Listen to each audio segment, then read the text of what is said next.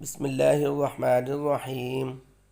حضرت ابو موسیٰ اشعری رضی اللہ تعالی عنہ رسول خدا صلی اللہ علیہ وآلہ وسلم سے روایت کرتے ہیں کہ آپ صلی اللہ علیہ وآلہ وسلم نے دوزخ کی گہرائی بیان کرتے ہوئے فرمایا، اگر ایک پتھر جہنم میں ڈالا جائے تو دوزخ کی تہہ میں پہنچنے سے پہلے 70 سال تک گرتا چلا جائے گا۔ حضرت ابو ہریرہ رضی اللہ تعالی عنہ کا بیان ہے کہ ہم رسول اللہ صلی اللہ علیہ وآلہ وسلم کی خدمت بابرکت میں بیٹھے ہوئے تھے کہ ہم نے کسی چیز کے گرنے کی آواز سنی۔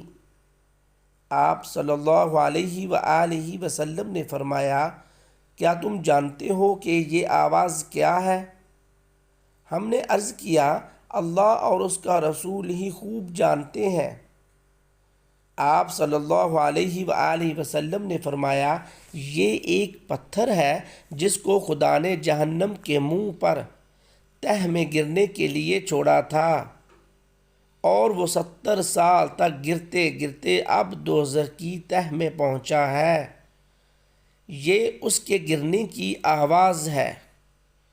آپ صلی اللہ علیہ وآلہ وسلم نے فرمایا کہ دوزخ کو 4 دیواری گھیرے ہوئے ہے، جن میں ہر دیوار کا عرض 40 سال چلنے کی مسافت رکھتا ہے۔ یعنی دوزخ کی دیوار اتنی موٹی ہے کہ صرف ایک دیوار کی چوڑائی طے کرنے کے لیے 40 سال خرچ ہوں۔ قرآن شریف میں دوزخ کے دروازوں کے متعلق فرمایا، اور ان سب سے جہنم کا وعدہ ہے جس کے 7 دروازے ہیں، ہر دروازے کے لیے ان لوگوں کے الگ الگ حصے ہیں۔ آپ صلی اللہ علیہ وآلہ وسلم نے فرمایا کہ دوزخ کے 7 دروازے ہیں، جن میں سے ایک اس کے لیے ہے جو میری امت پر تلوار اٹھائے۔